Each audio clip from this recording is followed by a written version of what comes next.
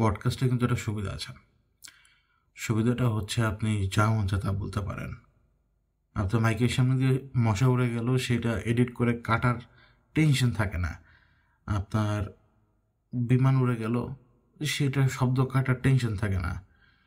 তারপরে হচ্ছে truck horn দিল অথবা সিকিউরিটি গার্ড হুইসেল বাজালো, ওগুলো কাটার কোনো টেনশনই থাকে না। এবং প্লাস এখানে একটা সুবিধা হচ্ছে কি বক বক এবং ব্রেনলেস কথাবার্তা, যেটাকে আজাইরা পেঁচাল বলে অনেকে, মানে আঞ্চলিক ভাষায় আজাইরা পেঁচাল।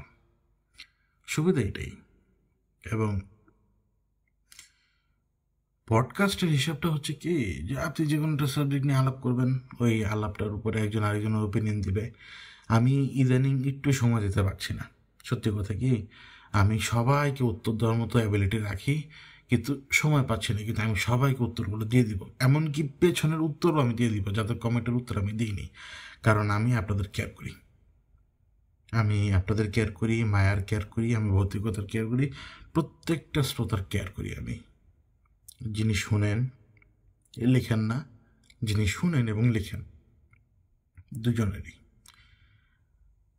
তো আজকে পডকাস্ট শুরু করার আগে আমি আপনাদেরকে বলতে চাই যে আমি এর আগে ফেসবুক পোস্টে বা হয়তো অন্য কোথাও বলেছিলাম, না ফেসবুক পোস্টে বলিনি, আমি পডকাস্টে বলেছিলাম যে আমি ওই হাদিসগুলো সংগ্রহ করে আপনাদের সামনে নিয়ে আসবো, যেই হাদিসগুলো এন্ড টাইমস, মানে কেয়ামতের যে সময়টা ঘনিয়ে আসবে, সেই সময়ের যে প্রফেসি, এই প্রফেসিগুলো ওই হাদিসে যে উল্লেখ করা ছিল এক সময়, মানে সেই হাদিসগুলো নিয়ে কথা বলবো, যে হাদিসগুলো আমাদেরকে প্রফেসির দিকে নিয়ে যাচ্ছে ধীরে ধীরে, অথবা প্রফেসি যে বাস্তবায়ন হয়ে গেছে অথবা বাস্তবায়ন হওয়ার পথে, এই হাদিসগুলো যদি আমরা পড়ি তাহলে আমরা জানতে পারবো, মানে আমরা ওই দিকে আগাচ্ছি। এবং এটা সত্যি যে আমরা শেষের সময়ের দিকে আগানো শুরু করে দিয়েছি। জানি না আল্লাহ আর কত বছর এই দুনিয়াকে রাখবেন। এমনও হতে পারে 1000 বছর, এমনও হতে পারে 500 বছর, এমনও হতে পারে 100 বছর, 200 বছর। তার মানে এই না যে 20-30 বছর, 40 বছর। কারণ এই প্রফেসিগুলো বাস্তবায়ন না হলে তো ওগুলো হবে না, মানে কেয়ামত হবে না। এবং কেয়ামতের আলামতগুলো যেরকম আমরা জানি, আল্লাহ কোরআনও তো বলেছেন না যে কী কী হবে না হবে আমাদের সাথে। তো এই সমস্ত কিছু প্রফেসির একটা পার্ট।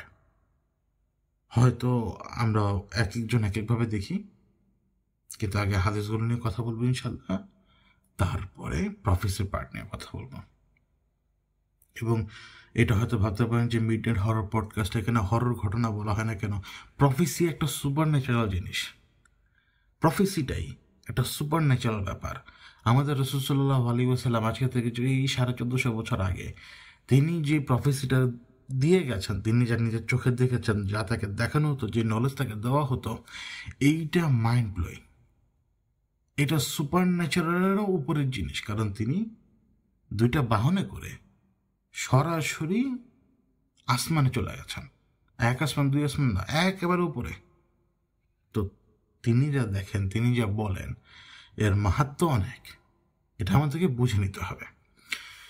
2টি হাদিস নিয়ে কথা বলবো, কিন্তু তার আগে একটা কথা নিয়ে কথা বলতে চাই। আমি এটা ভেরিফাই করতে পারিনি, কিন্তু এটা আমরা শুনি। রাসূল সাল্লাল্লাহু আলাইহি ওয়াসাল্লাম এই কথাটা বলেছেন, আমি কিন্তু ভেরিফাই করতে পারিনি, কিন্তু তারপরও কথাটা বলছি। মানে এই কথাটা কিন্তু ভেরিফাই করতে পারিনি, যে কথাটা কোথায় আপনারা গেলে যে পড়তে পারবেন। যে কথাটা শুনি আর কি, এবং যেটা আমার নিজের পারসেপশন বা দৃষ্টিভঙ্গি আপনি বলতে পারেন এই ব্যাপারে, তা হলো আল্লাহ রসুল বলেছেন যে একটা সময় ছায়া পড়বে কাবা ঘরের উপরে, ছায়া পড়বে একটা সময়, কাবা ঘরের উপরে ছায়া পড়বে, এবং ধরে নিবে এটা যে সময় হয়ে গেছে। মানে সময় কাবা ঘরের উপরে তার ছায়া ফেলবে, মেটাফরিকলি নিতে পারি আমরা কথাটা। বললাম কিন্তু যে ভেরিফাই করতে পারিনি। এখন সময় কিভাবে কাবা ঘরের উপরে ছায়া ফেলবে?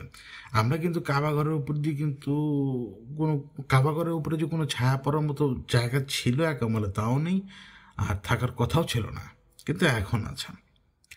কেন বলছি এই কথা? আমরা যারা সৌদিতে যাইনি, ইভেন আমরা যারা হারাম শরীফের আশপাশেও যাওয়ার মতো সামর্থ্য এখনও রাখিনি, কিন্তু যারা যারা গিয়েছে তারা কিন্তু দেখেছে হারাম শরীফের বাইরের এলাকা একরকম, হারাম শরীফের ভেতরের এলাকা একরকম। তো তো আমরা টেলিভিশনে সবসময় দেখি যে হারাম শরীফ আলহামদুলিল্লাহ কত সুন্দর, কাবা ঘর ঘিরে সবাই তওয়াফ করছে, নামাজ পড়া হচ্ছে, সমস্ত ইবাদত পালন করা হচ্ছে, কিন্তু বাইরে কি হচ্ছে সেটা আমরা জানি না। কাবা ঘরের যে মানে মনে করুন যে সীমানা, এই সীমানাটা এই যে বাইতুল্লাহ বা এই হারাম শরীফের যে সীমানা, এই সীমানার বাইরেই অল্প কিছু দূরেই আপনি পাবেন বিশাল বড় একটা টাওয়ার। বিল্ডিংয়ের নাম কি মনে হয় বুর্জ আস-সোয়াহা, শিওর না, ভুলতে পারে, কারণ আমি ইন্টারনেট ঘেটে দেখি নেই। ও যতটুকু মনে আছে অতটুকুই, মানে আমার সামনে কোনো নোট নেই, জাস্ট আমার ব্রেন থেকে কথা বলছি। সম্ভবত বুর্জ আস-সোয়াহা এরকম একটা নাম, এবং ওটাতে কিন্তু ক্লক রয়েছে, মানে ওয়াচ টাওয়ার রয়েছে, ওটা কিন্তু ওয়াচ, ওই দূর থেকে কিন্তু এই ওয়াচ টাওয়ারের ঘড়ির টাইম দেখা যায়, এবং এটা কিন্তু সত্যি কাবা ঘরের উপরে ছায়া ফেলে। মানে আল্লাহ রসুলের ওই কথাটা হচ্ছে এরকম যে একটা সময় এমন হবে যে সময় কাবা ঘরের উপরে ছায়া ফেলবে। এখানে আমরা যে ওয়াচ টাওয়ারটা দেখছি এটার নাম সময়, এটা দেখাও সময়, এবং এটার ছায়াই পড়ে কাবা ঘরের উপরে। এর সাথে তিনি এই কথাও বলেছিলেন যে যেমন সময় ছায়া ফেলবে কাবার উপরে, ঠিক তেমনি আশপাশের পাহাড়গুলোর ভিতরে গর্ত হয়ে যাবে, আপনি আশপাশের পাহাড়গুলোর কোনো অস্তিত্ব আর পাবেন না। বিশ্বাস করুন, আপনি আশপাশে পাহাড়ের কোনো অস্তিত্ব পাবেন না, আপনারা সাহাবাদের ঘরগুলোর কোনো অস্তিত্ব আর পাবেন না। যে জায়গা দিয়ে আল্লাহ রসুল হেঁটেছেন, যে জায়গা দিয়ে সাহাবারা হেঁটেছেন, এই জায়গার কোনো হদিস এখন আর পাবেন না। সাফা এবং মারওয়া এই পাহাড়ের অবস্থা দেখেছেন এখন? মনে করেন যে কমপ্লেক্স উঁচু করে করে করে করে এই পাহাড়গুলোকে কোন জায়গায় নিয়ে এসছে এখন। একটা কমপ্লেক্সে গেলে দেখবেন যে পাহাড়টা জাস্ট 2 ইঞ্চির মতো উঁচু, মানে কমপ্লেক্সের ভেতরে পাহাড়কে নিতে হয়েছে, কমপ্লেক্সের ভেতরে সব কিছু নিতে হয়েছে। আসলে কিন্তু এর প্রয়োজন ছিল না।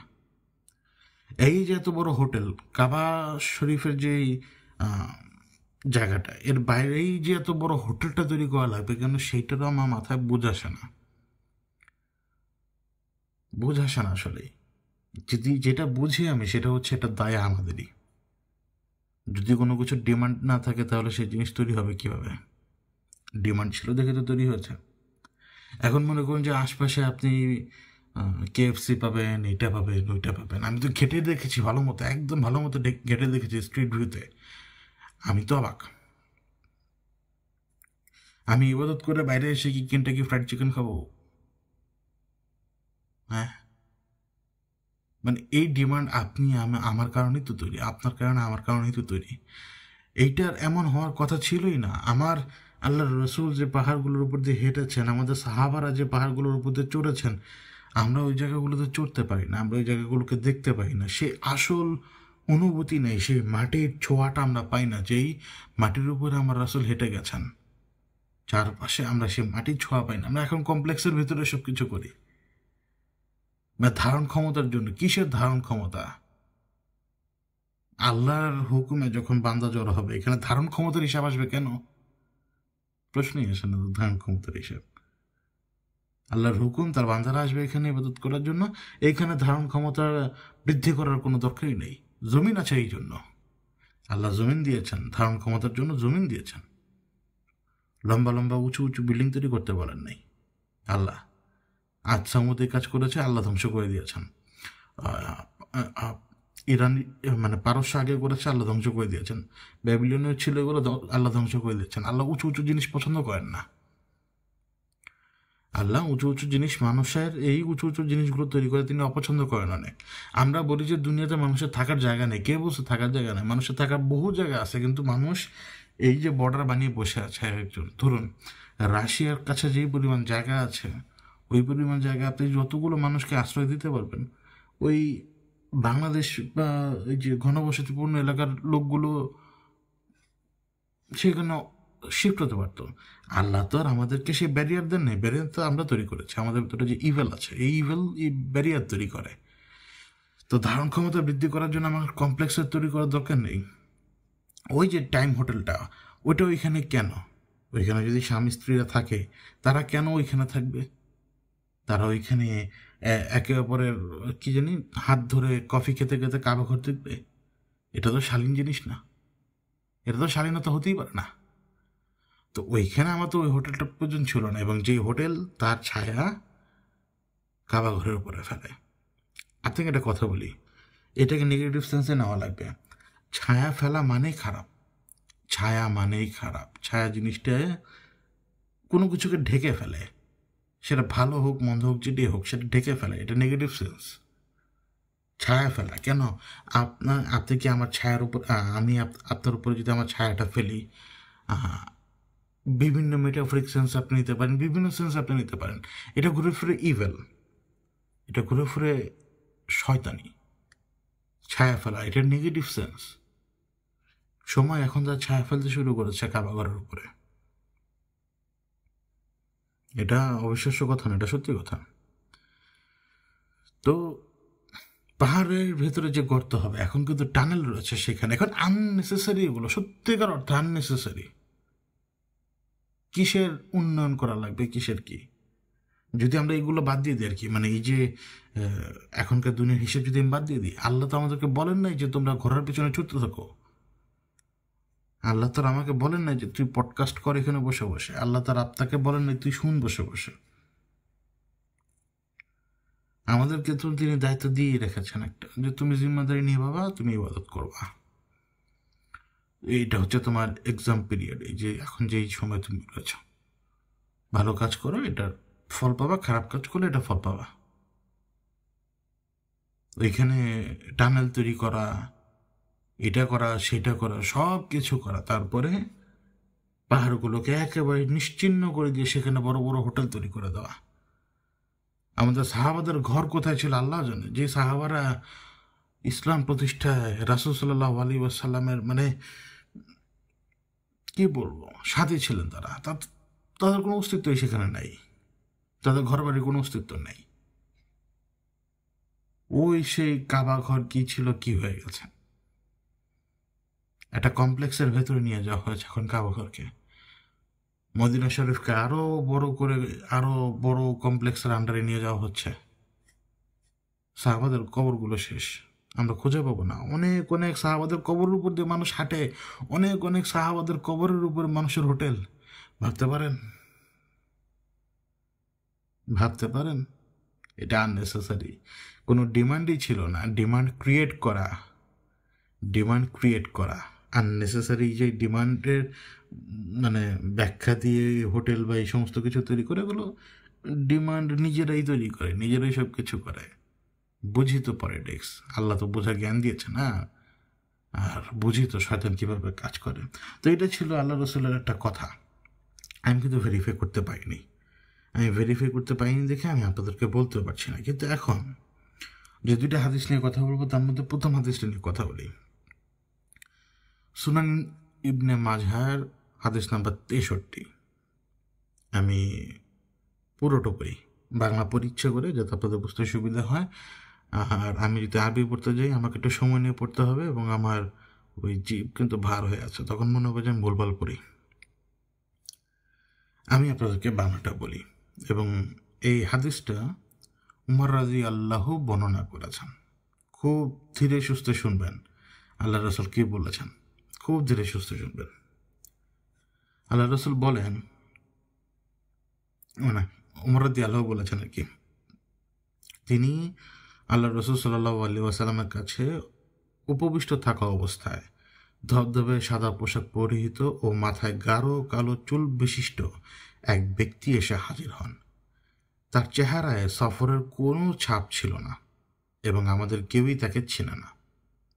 তিনি বলেন, নবী সাল্লাল্লাহু আলাইহি ওয়াসাল্লামের সামনে সে বসল, তার হাঁটুদয় মহানবী সাল্লাল্লাহু আলাইহি ওয়াসাল্লামের হাঁটুদয়ের সাথে লাগিয়ে, এবং তার দুই হাত তার দু উরুর উপরে রেখে তারপরে জিজ্ঞেস করেন, হে মুহাম্মদ, ইসলাম কি? তিনি বলেন, মানে আল্লাহ রসুল বলেন, এই সাক্ষ্য দেয়া যে আল্লাহ ছাড়া কোনো ইলা নেই, আমি আল্লাহ রসুল, সালাত কায়েম করা, জাকাত দেয়া, রমজানের সাওম পালন করা, এবং আল্লাহর ঘরের হজ করা। এবার কিন্তু আগন্তুক বলল, আপনি সত্য কথা বলেছেন। এখন আগন্তুকের এই কথায় ওমর রাদিয়াল্লাহু অবাক হন, মানে তিনি নিজেই জিজ্ঞেস করেন এবং তিনি নিজে সেইটাকে আবার সত্যায়ন করছেন। এরপরে আগন্তুক জিজ্ঞেস করলেন, হে মুহাম্মদ, ঈমান কি? আল্লাহ রাসূল উত্তর দিলেন, তুমি ঈমান আনবে আল্লাহর উপর, তার মালাইকার উপরে, তার রাসূলগণের উপরে, তার কিতাবসমূহে, আখিরাতের দিনে এবং তাকদিরে ও তার ভালো মন্দে। এবার আগন্তুক উত্তর দিলেন, আপনি সত্য কথা বলেছেন। ওমর রাদিয়াল্লাহু বলছেন, তিনি কিন্তু অবাক হয়েছেন। এই প্রশ্ন তিনিই করছেন এবং তিনি কিন্তু সত্যায়ন করছেন নিজে নিজেই। এবার আগন্তুক আবারও জিজ্ঞেস করলেন, হে মুহাম্মদ, ইহসান কি? আল্লাহ রাসূল উত্তর দিলেন, তুমি এমনভাবে আল্লাহর ইবাদত করো যেন তুমি তাকে দেখছ। যদি তুমি তাকে না দেখো তবে নিশ্চয়ই তিনি তোমাকে দেখছেন। তখন আগন্তুক প্রশ্ন করলেন, মুহূর্তটি কখন আসবে, মানে দি আওয়ার কখন আসবে? আল্লাহ রাসূল উত্তর দিলেন, খুব সুন্দরভাবে খেয়াল করেন, আল্লাহ রাসূল উত্তর দিলেন, এই সম্পর্কে উত্তরদাতা প্রশ্নকর্তার চেয়ে অধিক কিছু জানে না। এই সম্পর্কে উত্তরদাতা প্রশ্নকর্তার চেয়ে অধিক কিছু জানে না।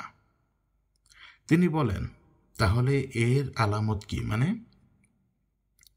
সে আগন্তুক আর কি প্রশ্নটা করলেন, মানে এর আলামত কি, মানে দি আওয়ার আসার আলামত কি? আল্লাহর রাসূল উত্তর দিলেন, কৃতদাসী তার মনিবকে প্রসব করবে। তুমি দেখতে পাবে নগ্ন দেহ, নগ্ন পদ ও অভাবগ্রস্ত মেষচারকরা সুউচ্চ ইমারতের মালিক হয়ে অহংকারে ফেটে পড়বে। ওমর রাদিয়াল্লাহু বললেন, এই ঘটনার 3 দিন পর আল্লাহ রাসূল সাল্লাল্লাহু আলাইহি ওয়াসাল্লামের সাথে তার সাক্ষাৎ হয় এবং সাক্ষাৎ হওয়ার পরে আল্লাহর রাসূল তাকে বলে, লোকটি কে? তুমি কি তা জানো? মানে ওই আগন্তুক কে ছিলেন সেই ব্যাপারে আল্লাহ রাসূল তাকেই প্রশ্ন করলেন, ওমর রাদিয়াল্লাহুকে। ওমর রাদিয়াল্লাহু বললেন, আল্লাহ এবং তার রাসূলই অধিক জ্ঞাত, মানে তিনি, মানে আল্লাহ এবং তার রাসূলই সবচেয়ে ভালো জানেন সে ব্যক্তিকে। তা আল্লাহ রাসূল উত্তর দিলেন, ইনি হলেন জিবরাইল আলাইহিস সালাম, দিনের বিষয়াদি শিক্ষা দেওয়ার জন্য তোমাদের নিকট এসেছিল সেদিন। এটাই ছিল সেই হাদিস, সুনান ইবনে মাজার 63 নম্বর হাদিস। হাদিসটা মনে আছে আপনাদের? এখন যে মাত্র বললাম জিবরাইল আলাইহিস সালাম এসেছিলেন এবং তিনি নিজেই প্রশ্ন করেছেন এবং তিনি নিজেই সেটার আবার সত্যায়নও করেছেন। তার প্রশ্নগুলো খেয়াল করে দেখেছেন? তিনি কিন্তু জিজ্ঞেস করেছেন ইসলাম কি, তারপরে তিনি জিজ্ঞেস করেছেন যে মানে ঈমান কি, তারপরে শেষ প্রশ্নটা ছিল ওইটা, ওই মানে মানে এহসানের পূর্বে আর কি, মানে শেষ প্রশ্ন, মানে এহসান তো ছিল 4 নম্বর প্রশ্ন সম্ভবত, শেষ প্রশ্নটা ছিল দি আওয়ার নিয়ে, মানে শেষ মুহূর্ত আসা নিয়ে। সেখানে আল্লাহ রাসূল বলেছেন যে কৃতদাসীরা মালিকদের জন্ম দেবে। এখানে আপনাকে একটা জিনিস বুঝতে হবে, কৃতদাসীরা তার মালিককে জন্ম দেবে বলতে আর কি মানে এখানে মালিক সেন্স আপনাকে বুঝতে হবে যেটা আরবদের কথা বলছেন। আল্লাহ রাসূল আরবদের কথা বলছেন এবং অন্যদের পেটে হয়তো আরবদের জন্ম হবে। ধরুন যে বাবা কি আরব, মা রোমানিয়ার কেউ, বাবা আরব, মা হচ্ছে ইটালিয়ান। বুঝাতে পারলাম? মানে এরা একসময় যুদ্ধের পরে কৃতদাসী হওয়ার কথা, যুদ্ধে হেরে। মানে এটা ওই কৃতদাসী প্রথার কথা বলা হচ্ছে না, এটা বলা হচ্ছে অন্য একটা সেন্সে, মানে মেটাফরিকলি বোঝানোর জন্য যে মানে মানে অনারবদের ঔরসে আরবরা মানে আর কি জন্মগ্রহণ করবে, এই জন্য আর কি কৃতদাসী বলা আর কি তাদেরকে। এবং ওদের ওই কালচার দেখলে তো বুঝতে পারবেন এটা কৃতদাসী আসলে, ঠিক আছে? মানে কৃতদাসী না আর কি, ওই যে সুগার ডেডি বোঝেন তো জিনিসটা কি, সুগার ডেডি সুগার মামি, এই সেন্সটাকেই আল্লাহ রাসূল কৃতদাসী বলেছেন। এটা এইটা যে যুদ্ধবন্দী এটা সেটা ওগুলো না, ওগুলো একদম বাতিল, ওগুলো না, ওগুলো এটার ভিতরে না।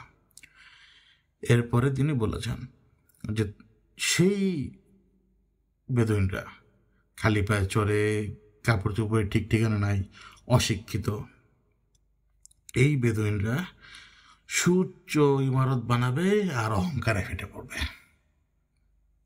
বুঝতে পারছেন? এখন আমরা কি দেখি? বুর্জ খলিফা দেখি তো। আজকে থেকে অল্প কয়েক বছর পিছনে, মানে তেলের আগে পিছনে চলে যান, এদের অবস্থা কি ছিল বলেন? কি এরা কি ছিল? এদেরকে দাম দিত 2 পয়সারও বলেন আপনি? আরবদেরকে দাম দিত 2 পয়সার? এই যে কাতার বলুন, আপনি ইরাক বলুন, সিরিয়া বলুন, এই সমস্ত এলাকা বলুন, এদেরকে কেউ দাম দিত? দিত না। কিন্তু এখন দেখবেন যে তারা বড় বড় অট্টালিকা বানানো শুরু করেছে। বুর্জ খলিফা আপনি চিন্তা করতে পারেন, প্রায় 850 মিটারের মতো লম্বা একটা মানে স্তম্ভ, মানুষের তৈরি। বুর্জ খলিফা প্রায় 850 মিটার, মাটি থেকে গ্রাউন্ড ফ্লোর, মানে গ্রাউন্ড থেকে উপরে 850 মিটার। মানে কি কোনো দরকার ছিল আসলে বলুন তো? এটা একটা রেস না?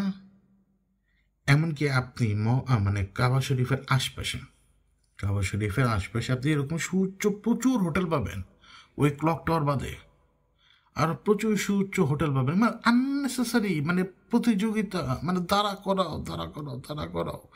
আজ সামুদ্রিক কাজ করেছে, দাঁড়া করো। অশিক্ষিত বেদুইনরা, আল্লাহ রাসূল তো এদেরকে অশিক্ষিত বেদুইনই বলেছেন, যাযাবর। এরাই এখন সম্পদ পেয়ে, অঢেল সম্পদ পেয়ে, আল্লাহ রাসূল কিন্তু জানতেন যে এরা তেল পাবে। বুঝতে পেরেছেন? শিল্প বিপ্লব হবে, অনেক সময় লাগবে, এটা আল্লাহ রাসূল জানতেনই। তাকে দেখায় সব, তিনি যতটুকু বুঝার ততটুকু বুঝেন এবং অতটুকুই আমাদেরকে শোনান, যতটুকু আমরা কেপেবল বোঝার জন্য। ওনার জ্ঞানের ধারে কাছে আমরা কেউ নাই। ওনার জ্ঞানের 10% আমাদের ভেতরে নেই, আল্লাহ রাসূলের জ্ঞানের। তো তিনি জানতেন যে এই বেদুইনরা এরকম অঢেল সম্পদের মালিক হয়ে অহংকারে বিশাল বড় বড় ইমারত তৈরি করবে, যেটা আমরা এখন দেখতে পাচ্ছি। এইটাই হচ্ছে প্রফেসির একটা সাইন। এটা কিন্তু জিব্রাইল আলাইহিসসালাম কিন্তু তাকে জিজ্ঞেস করেছিলেন যে দি আওয়ারের মুহূর্তটা, মানে দি আওয়ার এর আলামত কি, মানে ওই মুহূর্তের আলামত কি, শেষ সময়ের আলামত কি। এখানে আওয়ার কেন বলা হয় জানেন? মুহূর্ত কেন বলা হয়? টাইম তাদের কাছে ম্যাটারই করে না। এবং আল্লাহ রাসূল কিন্তু একটা কথা বলেছেন, ওই হাদিসে একটা কথা বলেছেন তিনি, যখন এই প্রশ্নটা করা হয়, মানে জিব্রাইল আলাইহিসসালাম যখন এই প্রশ্নটা করেছিলেন, খেয়াল করে দেখুন, মাত্র বলেছি, ইভেন আপনারা মানে হাদিসটা সার্চ করলে পাবেন। যখন প্রশ্ন করেছিলেন জিব্রাইল আলাইহিসসালাম যে ওই মুহূর্তটা কি, ওই মুহূর্তের আলামত কি, তখন আল্লাহ রাসূল বলেছিলেন যে মানে উত্তরদাতার চেয়ে, মানে উত্তরদাতা বলতে আল্লাহ রাসূল, তার চেয়ে যিনি প্রশ্ন করেছেন তার এই ব্যাপারে জ্ঞান সবচেয়ে বেশি ভালো। জিব্রাইল আলাইহিসসালাম জানেন যে কখন হবে। তাদের কাছে এই সময় ম্যাটারই করে না। মানে আমরা যে সময়টা দেখি যে 1400-1500 বছর, আপনারা এই 1400-1500 বছরের হিসাব বাদ দিয়ে দেন মাথা থেকে। তারা হচ্ছে এমন বিইং যারা মানুষ না, তাদের কাছে এটা কিচ্ছুই না, এই টাইমটা কিচ্ছুই না। আমরা জানি না কোন টাইমে চলছি, আমরা জানি না আসলেই। আমরা দেখতে পাচ্ছি যে আজকে থেকে 1450 বছর কথার কথা, আমাদের রাসূল আমাদের ছেড়ে আমাদের ছেড়ে চলে গিয়েছেন প্রায় 1400 বছর। আমরা তো 1400 বছর পার করেছি, ফেরেশতাদের কাছে সেটা কিছুই না।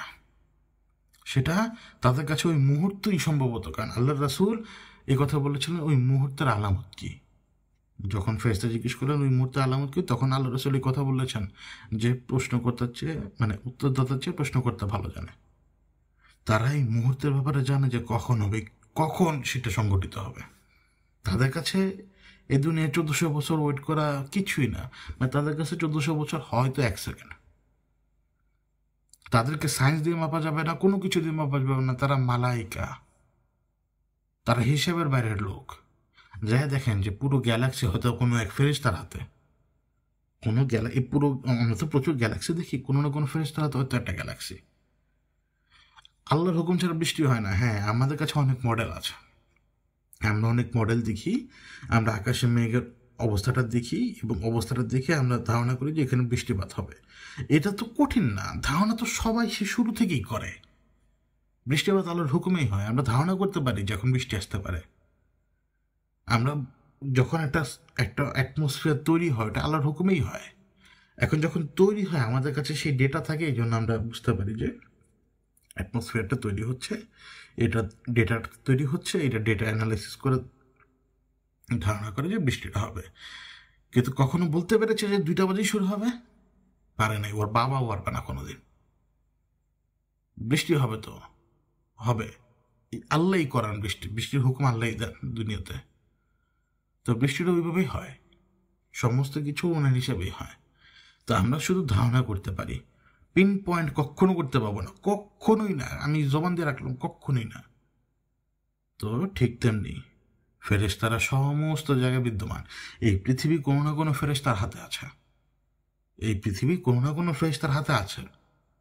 ওই বাইরের মঙ্গল গ্রহ কোনো না কোনো ফেরেশতার হাতে আছে, বাইরের যে বৃহস্পতি কোনো না কোনো ফেরেশতার হাতে আছে। এখন ওইটা ম্যাটার করে না, আমাদের জানার দরকার নেই আমার আল্লাহ কেন ওগুলো সৃষ্টি করেছেন। আমাদের বরং সুবহান আল্লাহ বলতে হবে যে আল্লাহ আপনি কি কি কি কি সৃষ্টি করেছেন, মানে আপনি মানে অতুলনীয়, মানে মানে মানে বলার মতো কোনো ভাষা থাকবে না আমাদের তার সৃষ্টি দেখে, তার গুণগান করা ছাড়া। ওদিকে বৃহস্পতি গ্রহটা পৃথিবীর অনেকগুলো সাইজ, পৃথিবী ওই গ্রহের ভিতরে ফিট হতে পারে। আল্লাহ ওইখানে রাখেন, ওইখানে মানুষ দেন না কেন? মানুষ দিয়েছেন কিনা সেটাও তো জানি না। মানুষ যদি দিয়েও রাখেন, অন্য অন্য মাখলুকও তো দিতে পারেন, মানুষ নেই। মানুষ তো এই জায়গায় আছে, আল্লাহ নিজে বলেছেন যে এই জায়গার জন্যই মানুষ। ওই জায়গাটা উনি কেন সৃষ্টি করেছেন ওটা উনিই ভালো জানেন, ওইটা ওনার সৃষ্টি, ওই জ্ঞান আমার নাই, আপনারও নেই। ইভেন আমরা এখানে যে পৌঁছাতে পারবো না, আমরা মঙ্গল গ্রহে যা ল্যান্ড করতে পারবো, ল্যান্ড করার পরে কোন ঘোড়ার ডিমটা দেখবো বলেন? বলেন। আশ্চর্য হতে হবে যে আল্লাহ কি সৃষ্টি করেছেন, মানে কি জিনিস, মানে চোখে দেখলে বুক ভরে যায় একদম, আর অনুভব করতে পারলে তো আলাদাই হিসাব। এটা আর কি আমি আপনাদেরকে বোঝালাম প্রথম হাদিসটা দিয়ে আর কি, যাতে হচ্ছে আপনার ওই মানে এটা বুঝতে যাতে সুবিধা হয় সবার। এবং আরও একটা হাদিস নিয়ে এখন কথা বলবো। এই হাদিসটা হচ্ছে এই আরবদের নিয়েই। এই হাদিসটার নম্বর হচ্ছে 2229, মুসলিম শরীফের। এবং আবু হুরায়রা রাদিয়াল্লাহু আনহু আর কি বলেন, আল্লাহ রাসূল বলেছেন যে কিয়ামত অনুষ্ঠিত হবে না সেই পর্যন্ত যতক্ষণ পর্যন্ত সম্পদের প্রাচুর্য না আসবে, মানে সম্পদে প্রাচুর্য না আসবে, এবং এমন কোনো ব্যক্তি সম্পদের জাকাত নিয়ে ঘুরবে কিন্তু নেয়ার মতো কোনো লোক পাবে না। আরবের মাঠ ঘাট তখন চারণভূমি ও নদীর নালায় পরিণত হবে। বুঝতে পেরেছেন? আমি আবারও বলি হাদিসটা আপনাদেরকে। আল্লাহ রসুল বলেছেন, মানে আবু হুরায়রা রাদিয়াল্লাহুর বর্ণনায় আল্লাহ রসুল বলেছেন কিয়ামত অনুষ্ঠিত হবে না যে পর্যন্ত সম্পদের প্রাচুর্য না আসবে, মানে সম্পদের প্রাচুর্য মানে সম্পদের বৃদ্ধি না হবে। এমনকি কোনো ব্যক্তি, মানে কোনো এক ব্যক্তি তার সম্পদের জাকাত নিয়ে ঘুরবে কিন্তু তার নেওয়ার মতো লোক পাবে না। মানে কোনো এক ব্যক্তি সম্পদ নিয়ে ঘুরবে কিন্তু তার ওই মানে জাকাত নিয়ে ঘুরবে কিন্তু নেওয়ার মতো লোক পাবে না। আরবের মাঠ ঘাট তখন চারণভূমি ও নদী নালায় পরিণত হবে। শেষ কথাটা বুঝেন, আরবের মাঠ ঘাট তখন চারণভূমি ও নদী নালায় পরিণত হবে। এই যে হাদিসটা, এই হাদিসটা কিন্তু অনেক গুরুত্বপূর্ণ।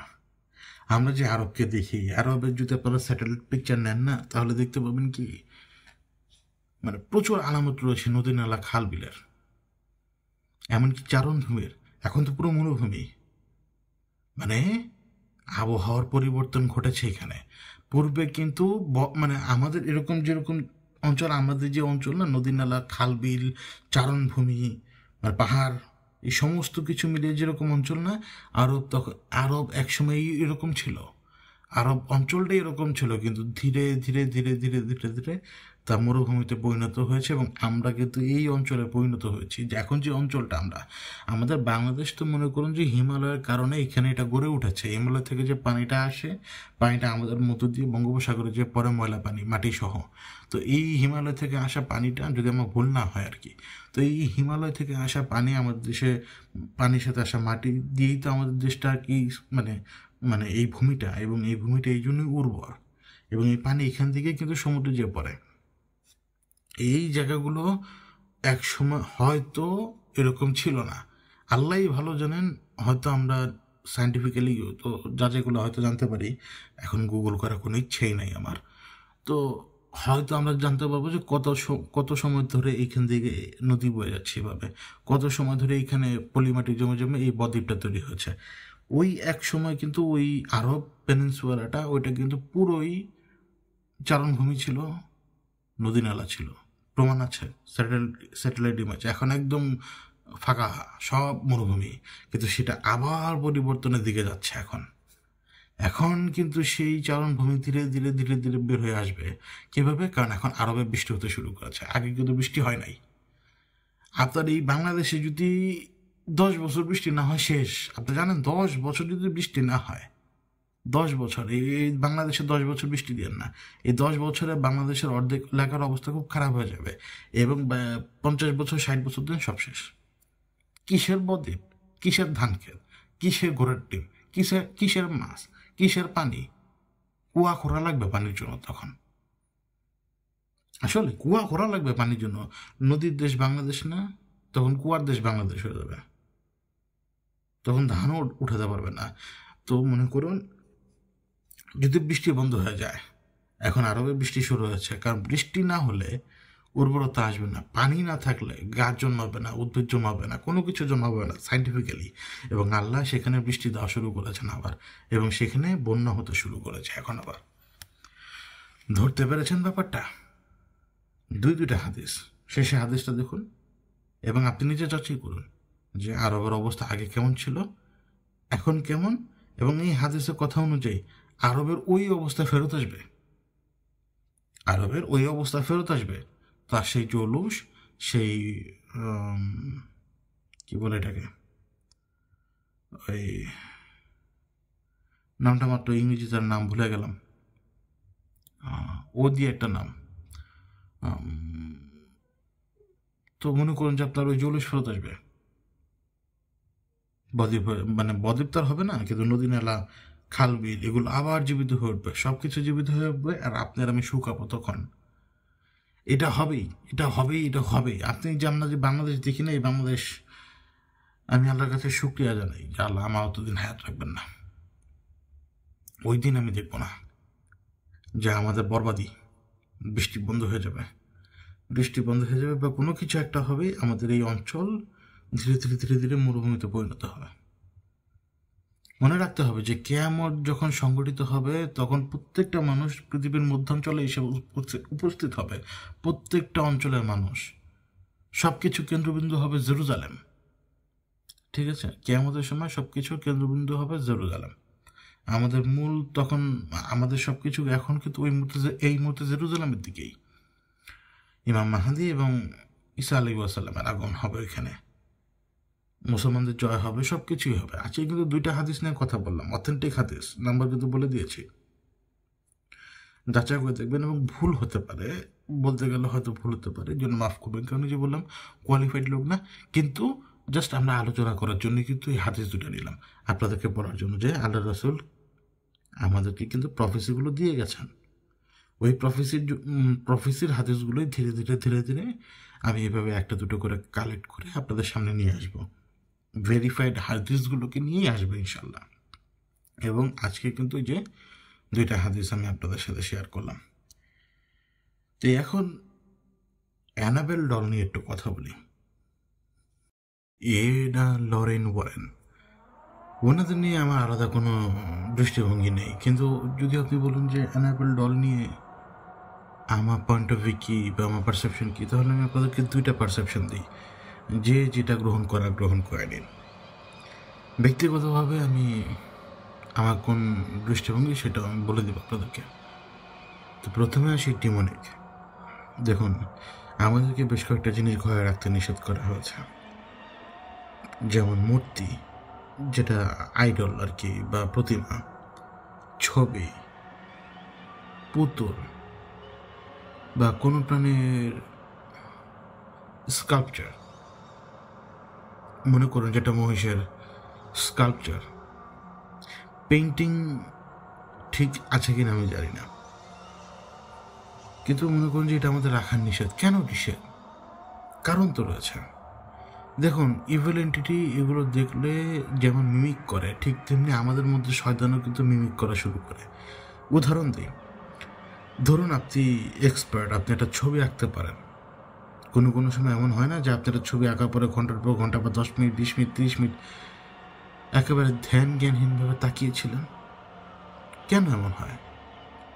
অথবা আপনি একটা পুতুল তৈরি করলেন, অথবা একটা পুতুল আপনার ভালো লাগলো, আপনি এর সাথে কথা বলছেন, এটা জানি নেই, এটাকে নিয়ে আপনি শুয়ে থাকছেন, অথবা এটা দিচ্ছেন ছেলে মেয়েদেরকে খেলার জন্য, এটার কোনো জান নেই, কোনো কিছু নেই। অথবা ধরুন আপনি ওয়ালে আপনার ছবিটা টাঙিয়ে রেখেছেন, ওটা একটা নির্জীব জিনিস, কিন্তু এটা একটা ফেস, এটা একটা ফিজিক্যাল বডি থাকুক আর না থাকুক, ওইটা একটা অ্যাপিয়ারেন্স নিতে পারে। এবং ইভিল এন্টিটি এটা খুব পছন্দ করে, ইভিল এন্টিটি হেল্প পায় এই ধরনের জিনিসগুলো পেলে। এখন এই ক্ষেত্রে অ্যানাবেল ডল, যেটা আমি এটা হিস্ট্রি জানি না, আমি এড লরেনের ব্যাপারে খুব কম জানি, আমি এটুকু জানি যে প্রচুর মুভি বের হয়েছে তাদের কিতাবের উপরে, উইচ ইজ নর্মাল, একদম নর্মাল। স্বাভাবিকভাবে আমেরিকানরা ভূতের পিছনে দৌড়ায় আর আমরা দূরে জিনের পিছনে। যাই হোক, তো আমি বলছি, ব্যাপারে আসছি। তো মনে করুন যে ডিমনিক পারসেপশনের ক্ষেত্রে হয় কি, যে এই পুতুলগুলো যদি আপনার ঘরে থাকে, এরকম পুতুল, এটা একসময় আপনার অ্যাটেনশন নিতে শুরু করবে, জানেন।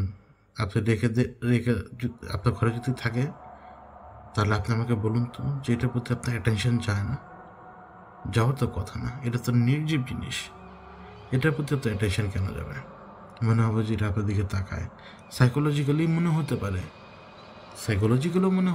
সাইকোলজিক্যালি তো আমরা অনেক কিছু চিন্তা ভাবনা করি, যে রাস্তা দিয়ে হাঁটি, মনে হয় কেউ আমাদের দিকে তাকিয়ে আছে, ওটা তো একটা রোগ। কিন্তু এই ক্ষেত্রে মনে করুন যে পুতুলটা মনে হয় না আপনার দিকে তাকিয়ে আছে, অথবা ছবিটা আপনার দিকে তাকিয়ে আছে, অথবা মনে হলো যে মহিষের স্কাল্পচারটা একটু ঘুরলো, মনে হলো যে মহিষটা একটা কদম সামনে দিল। আলো আধারিতে অনেক কিছুই হয়, কিন্তু আলো আধারের বাইরেও, অথবা চোখের পলকের অপর প্রান্তে অনেক কিছু হয়, কিন্তু চোখের পলকের সামনেও হয়। আর যদি নাও হয়, তারপরেও যদি এরকম অনুভব হয়, তাহলে ব্যাখ্যা কি দিবেন আপনি? মনের ভয়? তাহলে ভয় পেলে ওই জিনিস কেন আপনার সাথে থাকবে? ভয় পেলে তো আপনার এটা সরিয়ে দেওয়ার কথা। তার মানে আপনি কোম্পানিটাকে এনজয় করছেন, মানে এই এন্টিটি বা এই ইভিল এন্টিটি যদি এই মুহূর্তে ওই জিনিসটাকে পজেস করে রাখে, পজেস বলতে গিয়ে নিজে ওইটা ব্যবহার করে যদি আপনার সাথে কমিউনিকেট করে, বা আপনার চোখের সামনে আসে, বা আপনাকে ভয় দেখানোর চেষ্টা করে, ওইটা আপনি অ্যালাউ করাতে তো হয়েছে, কারণ আপনার ইনার ডিমান্ড যে কারেন্ট এবং নার্ভস, সেও তো আপনাকে এইটার প্রতি একটা ভালোবাসা জাগিয়ে তোলে। এই জন্যই বললাম যে পরীক্ষা করে দেখুন না। আপনি এটা ড্রয়িং যদি বানান এবং সেটা যদি হঠাৎ করে আপনার কাছে সুন্দর লাগে, আপনি দেখবেন অনেকক্ষণ তাকিয়ে আছেন ওটার দিকে, একদম অহেতুক, কিন্তু একদম অহেতুক, কোনো কারণ ছাড়াই তাকিয়ে থাকবেন আপনি। কেন করবেন এটা? প্রতিমার দিকে তাকিয়ে থাকলে মনে হয় যে প্রতিমা আপনার দিকে তাকিয়ে আছে, পুতুল আপনার দিকে তাকিয়ে আছে, এরকম লাগে কেন? ছবি টাঙ্গালে মনে হয় কেন যে ছবি আপনার দিকে তাকিয়ে আছে? এটা তো অপটিক্যাল ইলিউশন মনে হয়, কিন্তু সব কিছু কি অপটিক্যাল ইলিউশন নাকি? আমি আমার আঙ্গুলের আগের দিকে তাকিয়ে থাকলাম, মানে আমি আমার আঙ্গুলটা শুরু করে রেখেছি, আগের দিকে তাকিয়ে থাকলাম, তো একটু পরে যদি আমার মনে হয় যে আমার আঙ্গুলটা একটু নড়াচড়া করেছে, এটা আমার চোখের মধ্যে পড়ে গেছে, অথচ আমি আমার আঙ্গুল নাড়াই নেই, এটাকে কি আপনি অপটিক্যাল ইলিউশন বলবেন? আমার আঙ্গুল তো কোনো না কোনো সময় এত সূক্ষ্মভাবে একটু হলে মুভ করবে, আমি ধরে রাখতে পারবো না তো। সব কিছু তো আর অপটিক্যাল ইলিউশন না, আর সব কিছু তো সাধারণ জিনিস না। ডিমনিক অ্যাক্টিভিটি তো হয়ই, এটা আর আজকে নতুন না। তো মনে করুন যে ডিমনিক অ্যাক্টিভিটি হতে পারে, এই ধরনের পুতুল যদি এরকম ডিমনিক অ্যাক্টিভিটিওয়ালা, মানে এরকম যদি টাচ পাও যদি কোনো কিছু কারো ঘরে থাকে, তো ঘরে তো অশান্তি নেমে আসবেই, এবং ওইটা যদি আবার অন্য ঘরেও যায়, ওই ঘরেও অশান্তি নেমে আসবে। কিন্তু আপনি এখন ডিমনিক পারসেপশনটা বাদ দিয়ে দেন, ডিমনিক পারসেপশন বাদ দিয়ে দিলাম, ইম্পসিবল না, হতে পারে, কিন্তু এই জন্যই বললাম যে এটা হতে পারে, ডিমনিক পজিশন হতে পারে, মানে পজিশন না, ডিমনিক অ্যাক্টিভিটি হতে পারে। কিন্তু ডিমনিক অ্যাক্টিভিটি বাইরে চলে যান। এখন আমি আপনাকে আসি একটা গুরুত্বপূর্ণ কথায়, আর এটাই হচ্ছে আমার নিজের পারসেপশন। এই আমি এখন যে কথা বলবো, এইটাও আমার নিজস্ব মতামত যে এটাই হয়তো। তা হচ্ছে আমেরিকায় যদি আপনার মনে হয় যে কোনো কিছু হন্টেড, ওগুলো কত বেশি মনে করেন না হন্টেড, বিশেষ করে যে অ্যানাবেল ডল, কেন বলছি, যদি ওই কেসগুলো ঘাটি, আমার মনে হয় যে দু একটা কেস এরকম ছিল যে কোনো লোকজন ভয় পেয়েছে। দেখুন, আমেরিকার পরিবার ব্যবস্থাটাও খুব খারাপ। আমার একজন বিদেশি বিদেশির সাথে আমার যোগাযোগ ছিল মাঝখানে 4-5 বছর, এখন আর যোগাযোগটা নেই। সে আমার সাথে বেশি বেশি বেশি সিনিয়র, এবং তখন ওই সময় তার বয়স ছিল প্রায় 61-র মতো। আমি জানি না সে এখনও বেঁচে আছে কিনা। লাস্ট তার সাথে আমার কন্ট্যাক্ট হয় 6-7 মাস আগে। তখন আমি শুনেছিলাম যে সে একটু অশান্তির ভিতরে আছে। কিন্তু তার পরিবারটা, মানে সে বিদেশি হলেও তার পরিবারটাকে, সে যেহেতু খ্রিস্টান, অর্থোডক্স খ্রিস্টান, সে ওই নিয়মের মধ্যে মেনে চলেছে। কিন্তু সে নিজেও দেখে যে পরিবার ব্যবস্থা ভালো না। আমেরিকায় পরিবার ব্যবস্থা ভালো না। আমাদের এখানে হয় কি, যে আমাদের এখানে ছেলেমেয়েরা ডিপ্রেশনে যদি থাকেও, ওরা বাপ মার সাথেই থাকে। যে বাপ মা পাশে ঘরে থাকে, বাপে ঝাড়ি মারলো, মায়ে খাওয়াই দিল, সব কিছু চলতেছে, কিন্তু সে ডিপ্রেশনে থাকুক বা না থাকুক। ওদের ওইখানে হয় কি, যে ছেলে মেয়েগুলো আলাদা হয়ে পড়ে।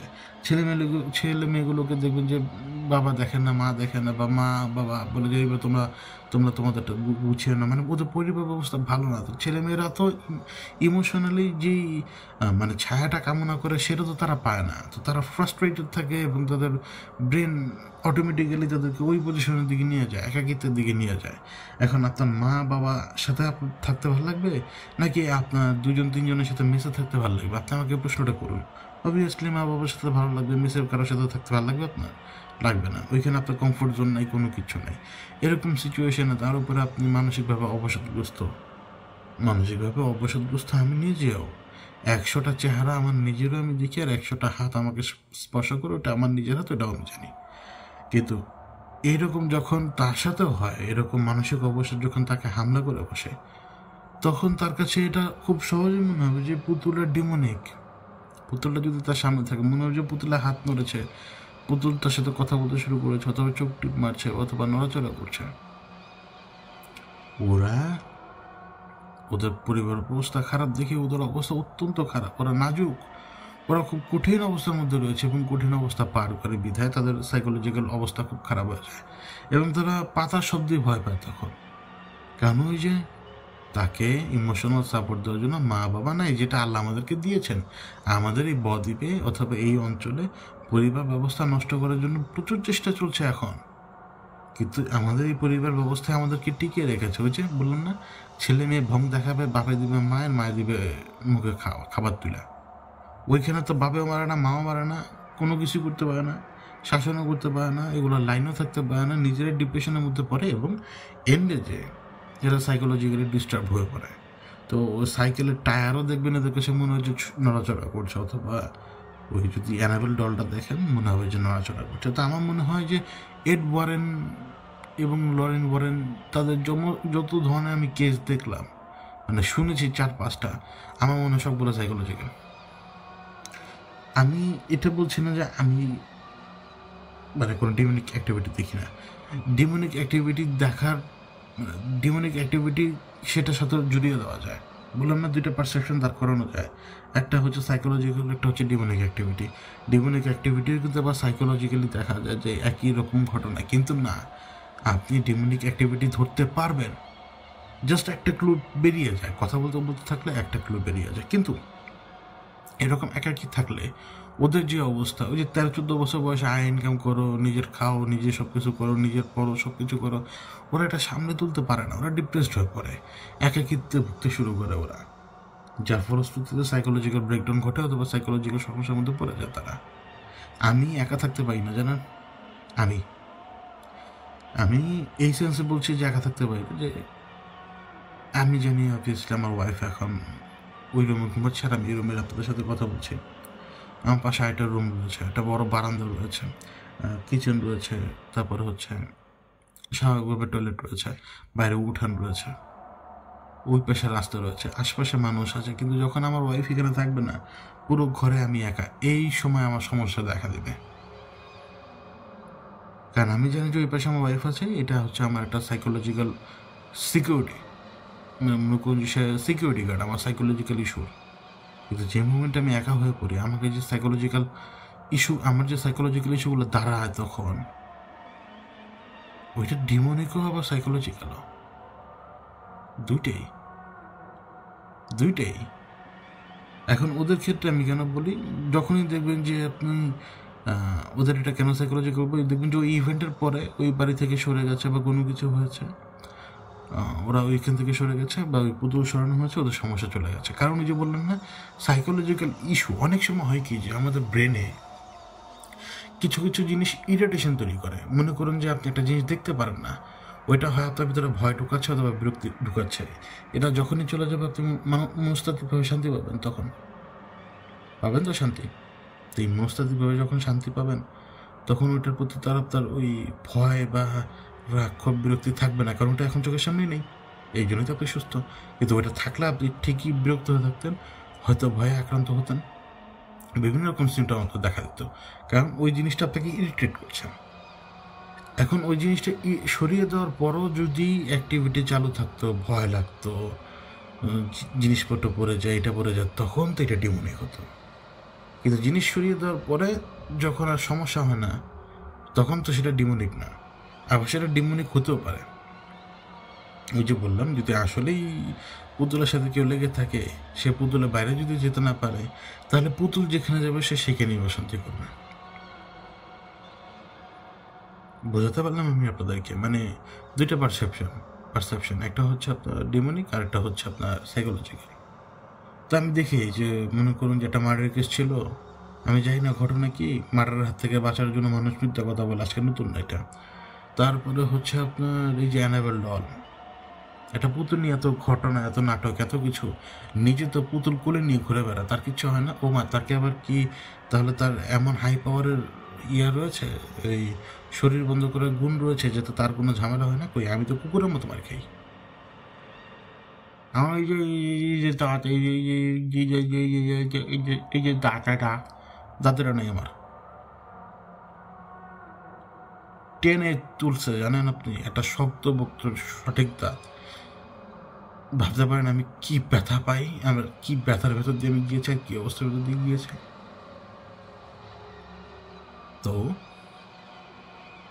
সে ওই টিমনিকে একটা পুতুল কোলে নিয়ে ছবি তুলবে, ওই টিমন তাকে কিছু করবে না। মানে এত হাই লেভেলের সিকিউরিটি তাদের কাছে রয়েছে এখন, এগুলো তো লজিক্যালিও তো বিশ্বাস করার মতো হয় না। তখন মার তো বেটা খাবই, আমরা যদি মার খাই তো ওরা কোন ঘোড়ার ডিম। তো এই জন্যই আর কি বলি, মানে তাদের যে অ্যাক্টিভিটি আমি পরবর্তীতে দেখি আর কি, যে পুতুল কোলে নিয়ে ঘুরে ফেরা, আবার পুতুল নিজেদের ঘরের বেসমেন্টে রাখা, আবার সেই বেসমেন্ট নাকি পাদ্রিদের দিয়ে ঝাড়ফুঁক করানো হয়। ভাই, আপনি নিজের ঘরের নিচতলা অজগর রেখা উপরে ঘুমাইতে পারবেন? পারবেন? হাস্যকর না? এই জন্য বলি যে ওদের ম্যাক্সিমাম ইস্যুগুলোই সাইকোলজিক্যাল। আমি বুঝি ওদের ওই পরিবার ব্যবস্থাটাই মূল কারণ, পরিবার ব্যবস্থা ধ্বংস হয়ে যাওয়ার কারণে এই অবস্থা। তো আরেকটা কথা বলে যে, আমাদের একজন ভাই জিজ্ঞেস করেছিলেন, আবার দু একজন ভাইও জিজ্ঞেস করেছিল যে রাজকে ধরাশায়ী করেছিলাম আমরা আর কি।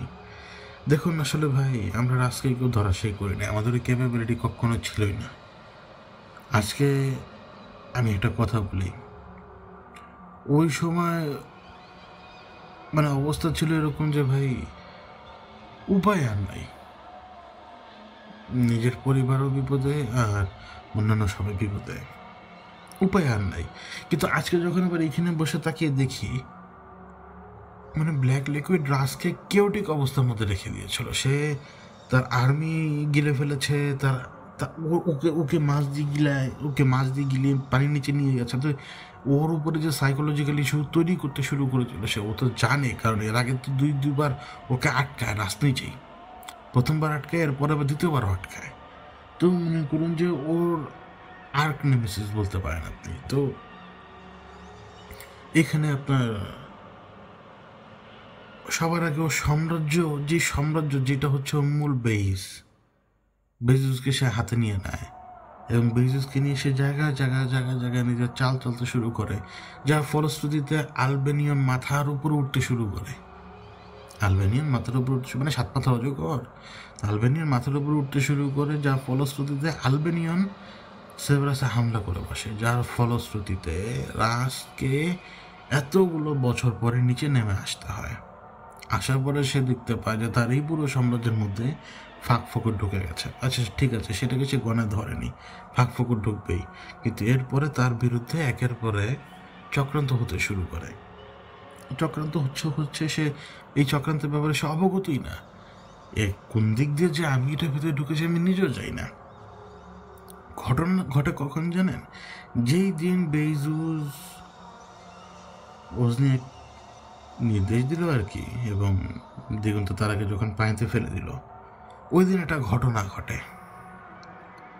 একজন হাই কমান্ডারের উপরে হামলা হয়েছিল। কোন হাই কমান্ডার আমি জানি না, আসলে জানি না।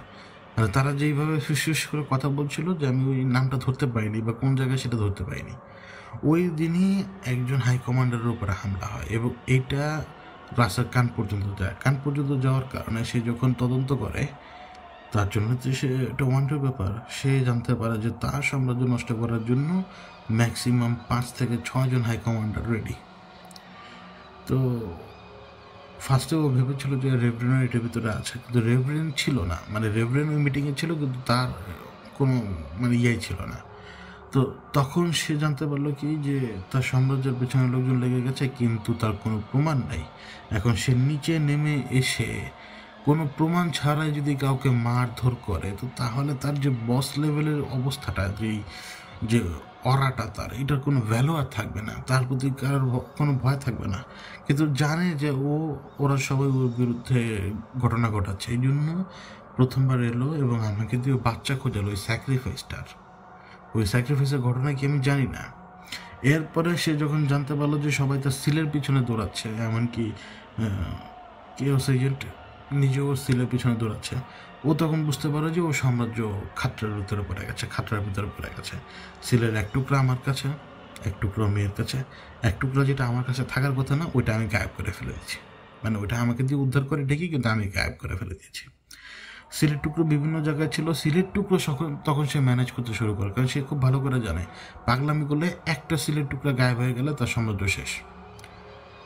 মানে ধরুন যে শত্রুর কাছে সিলের 99টা টুকরা রয়েছে, শেষের টুকরাটা যদি অন্য কেউ গায়েব করে দেয়, শত্রু এটা কোনো না কোনো দিন পেয়ে যাবে, সে তার পাবে না।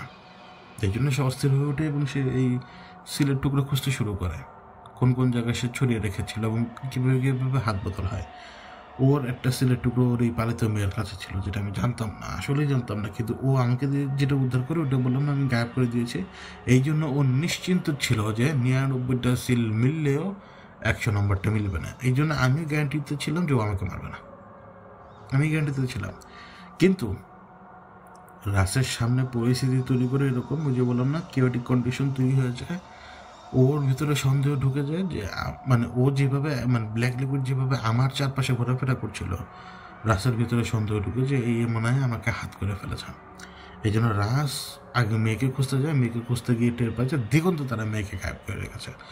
এখন সে তো এটা হজম করবে না, তো সে কিন্তু আমার পেছনে পড়ে, তখন ওই সিলের কারণে পড়ে এবং তার মেয়ের খোঁজও জানতে চায়। এর মধ্যে মনে করুন যে সে অন্যান্য হাইকমান্ডার যারা ওর বিরুদ্ধে ছিল সবাইকে মারতে শুরু করে, এবং যারা পক্ষে ছিল এদেরকেও মারতে শুরু করে। কাউকেই রাখবে না, সব ডিমনিশ করে দেবো, কিচ্ছু রাখবো না। তো এই জন্য মনে করেন রেভরেন থেকে শুরু করে অনেকে পালিয়ে থাকে তখন, কিন্তু উপায় নাই, আসবেই রাস আসবেই, তার বাহিনী নিয়ে সে আসবেই, মুখোমুখি হওয়া ছাড়া উপায় ছিল না। তো সমুদ্র যখন তারা মুখোমুখি হয়, গ্যারিসন ফোর্টকে তো গায়েবই করে ফেলে, আর হচ্ছে আপনার ওকে মাছ দিয়ে গিলা, জানেন? ওর মতো লোক যদি মাছের পেটের ভিতরে ঢুকি, ইভেন আপনারা আমি যদি মাছের পেটে ঢুকি, আমরা তো হিউম্যান, আমরা বেশিক্ষণ বাঁচবো না, কিন্তু ওর তো ফিজিক্যাল বডি নেই। তো যখন ওর তো ফিজিক্যাল বডি নেই, ওকে মাছে যখন গিলে ফেললো, সেখান থেকে সে যখন বের হলো, এরা ওর জন্য হিউমিলিয়েশন। এবং এরকম অহংকারী লোক, ক্ষমতাশালী লোক যখন হিউমিলিয়েট হয়, সেই দানবে পরিণত হয়, জানেন? এই জন্য হচ্ছে সে সারাশে আক্রমণ করে। আপনি ভেবে দেখুন, ওইদিকে ওর সাম্রাজ্যের পতন হচ্ছে, এদিকে ওর বাহিনী নাই, এদিকে ওর সিলের কোনো খবর নাই। আলটিমেটলি ও শুধু নিজের অহংকারের কথা না, এই যে সাম্রাজ্য যে তার হাতে ছিল, তার যে একটা প্রেজেন্স, তার যে একটা অরায়, সব কিছু হারিয়ে যাবে। তো এটা পুনরুদ্ধার করার জন্য সে সব দিকে একই টাইপের মানে অ্যাক্টিভ হয়ে যায়, এবং একটা লোক একসাথে 100 কাজ পারে না। তো মনে করুন যে রাস আপনার এই কেওটিক কন্ডিশনে পেরে উঠতে পারে নাই। ও কেওটিক কন্ডিশনের ভেতরে থাকার কারণেই হয়তো এটা আল্লাহরই ইচ্ছা। আসলে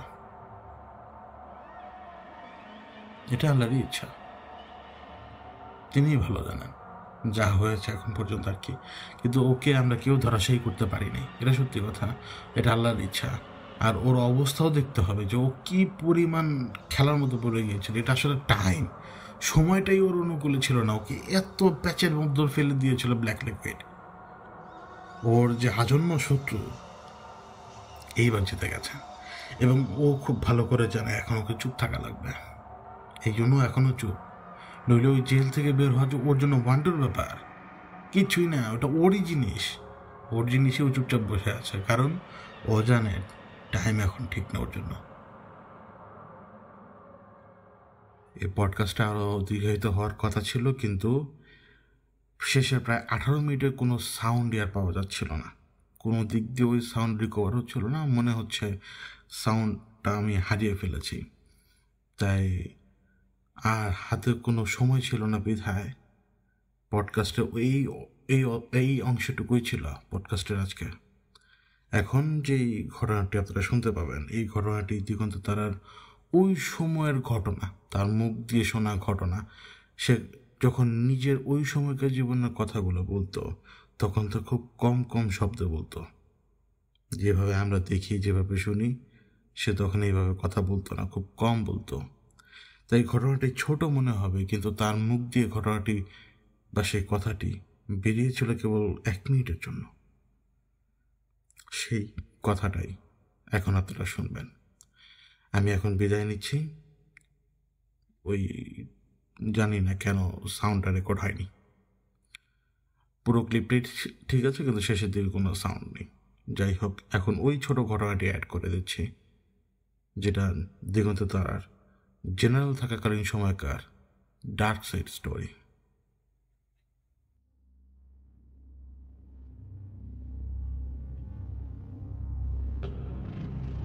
সময়টা 1899।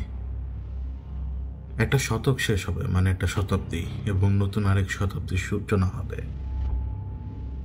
ওই সময়ে পৃথিবীর এক প্রান্তে, যে প্রান্তে তখন একটু শীত শীত ভাব, ওই প্রান্তে অবস্থান করছিল দিগন্ত তারা। এবং দিগন্ত তারা তখন হাই কমান্ডের একজন নিবেদিত প্রাণ সোলজার, কিন্তু তখনও তার বেশ কিছু ইস্যু দেখা দিয়েছিল। সে প্রায় সময় অর্ডার ফলো করতে চাইতো না। ব্যাপারটা ছিল এরকম, দেখা গেল যে তাকে অর্ডার দেওয়া হয়েছে একটা পরিবারের পুরো পরিবারটাকে একদম খতম করে দেওয়ার, কিন্তু সেই অর্ডারটা সে ফলো করতো না। সেই পুরো পরিবারকে খতম করে দিত না, কাউকে সে খুন করতো না। আবার কখনো যদি দেখা যায় কোনো এক ব্যক্তিকে সার্টেন টাইম পর্যন্ত পাহারা দিয়ে রাখার, যাতে করে অন্য কোনো ডিমেন বা অন্য কোনো এন্টিটি এসে সেই ব্যক্তিকে আঘাত করতে না পারে বা প্রহার করতে না পারে, সেই ক্ষেত্রে দিগন্ত তারা কখনো কখনো তাদের কথা শুনতো না। সে বিচার করতো নিজেই। মনে করুন, নিজেই বিচারক এবং নিজেই জল্লাদ। ওর এই ব্যাপারগুলো মাঝে মাঝে সমস্যা তৈরি করতো। মাঝে তাকে একেবারে তলব করা হতো সেই পানির নিচে। সিংহাসনের উপরে বসে থাকতো বেজুস, কথা বলতো আলবেনিয়ন, এবং তার নিচে যারা রয়েছে তারা অনেক কঠোর কথা শোনাতো, বের করে দিত। বলতো যে যদি কমান্ড যদি ফলো করার ইচ্ছা না থাকে, তাহলে বের করে দেওয়া হবে। আবারও কিছুদিন চলতো, আবারও একই কাজ। কোনো সময় বিভিন্ন জায়গায় নাক গলানোর এক রকমের দোষ রয়েছে ওর, সেটা ও নিজেও বলে যে এইখানে আমার জায়গা না, সেইখানেও আমি প্রবেশ করি এবং জায়গাটাকে আমার বানানোর চেষ্টা করি। এটা হচ্ছে দিগন্ত তারার কথা। কিন্তু তারপরেও কোনো না কোনো সময় সে ঠিকই হাইকমান্ডের হয়ে কাজ করে মিশন কমপ্লিট করেছে। এই অ্যাকমপ্লিশ করা মিশনগুলো এক এক করে শোনাবো। 1899 সালেরই এক শীতের দিন দিগন্তের তারার কাছে খবর যায় সমস্ত জেনারেলদের প্রত্যেকের আমলনামা দেখা হবে। শতাব্দী শেষ, এই শতাব্দীতে কে কি করেছে না করেছে তার একটা হিসাব হাইকমান্ডকে দিতে হবে। এখন হিসাব দিতে গেলে ওইখানে যখন সে উপস্থিত হবে স্বাভাবিকভাবে তাকে তিরস্কার করা হবে, কারণ এই শতাব্দীতে সে কাউকে কিছুই করেনি, সে কারো কোনো ক্ষতি করেনি, এক্সেপ্ট কয়েক জায়গায় যখন বিভিন্ন সংঘাতে মানুষজন জড়িয়ে পড়েছে তখন সংঘাতের পক্ষে যে সমস্ত লোক রয়েছে তাদেরকে সে ধরাশায়ী করার চেষ্টা করেছে, এবং সংঘাতের বিপক্ষে যারা রয়েছে তাদেরকে সে সবসময় চেষ্টা করেছে আর একটু উপরের দিকে রাখার। মানে সংঘাতের পক্ষে যে সংঘাত করতে চায় তাদের বিরুদ্ধে সেও দাঁড়িয়েছিল। ওর কাছে ভালো লাগতো না কাউকে খুন করা বা কারোর পেছনে লেগে থাকা, এটা সে কখনোই পছন্দ করতো না, কিন্তু তারপরে তাকে সেটা করতে হতো কারণ হাইকমান্ডের অর্ডার।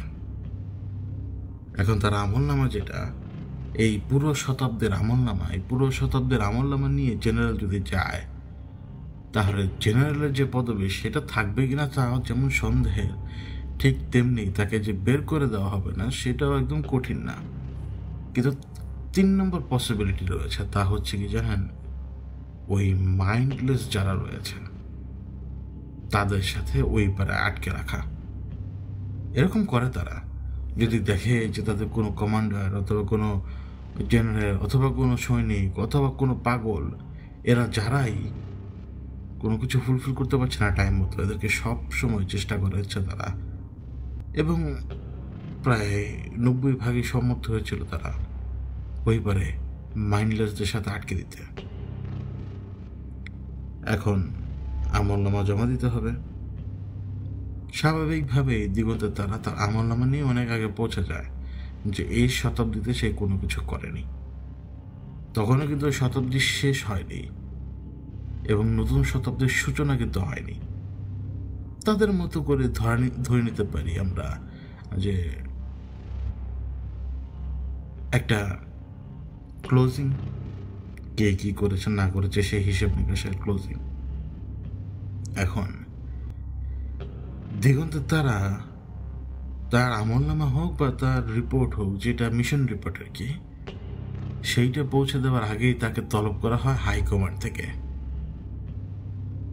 হাইকমান্ড থেকে যখন তাকে তলব করা হয়, সে হাইকমান্ডে যে পৌঁছায় সেই প্রশান্ত মহাসাগরে সেই এক গিরিখাতের কোনো এক অংশে ইস্টার্ন হাইকমান্ডের হেডকোয়ার্টার, এবং সেই হেডকোয়ার্টারে সে যখন যে পৌঁছায় বেজুজের সামনে তাকে তো আসতে হয়, বা আকজুজ তার সেই ভাসমান সিংহাসনে যেমন সে বসা ছিল, দিগন্ত তারাকে দেখে সে ওই ভাসমান সিংহকে নিচের দিকে কিছুটা নামিয়ে এনে একদম তার কাছে চলে এসেছিল। তখন আকজুজ তাকে বলেছিল মিশন রিপোর্ট জেনারেল। তো যখন মিশন রিপোর্টটা প্রোভাইড করা হয়, মিশন রিপোর্টটা সে পড়ার পরও বাকি সবাই যদি সেটা পড়ে যদি কোনো রিয়াকশন দিত, সেই রিয়াকশন হয়তো হতো এরকম, এটা কেমন ধরনের জেনারেল যার আমলনামা এত দুর্বল। কিন্তু বেজুজের কোনো রিয়াকশন ছিল না, বা আকজুজ একদম স্পিচলেস এবং রিয়াকশনলেস ছিল। দিগন্ত তারা সব কিছু চুপচাপ দিচ্ছে বসে বসে।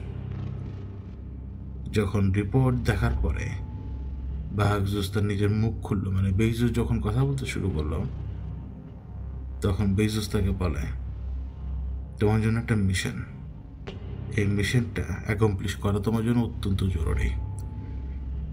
দেখো অমুক এলাকা, এই মুহূর্তে যদি তুমি সেখানে যাও তুমি দেখতে পাবে কাঠের তৈরি দোতলা বাড়ি পর্যন্ত রয়েছে।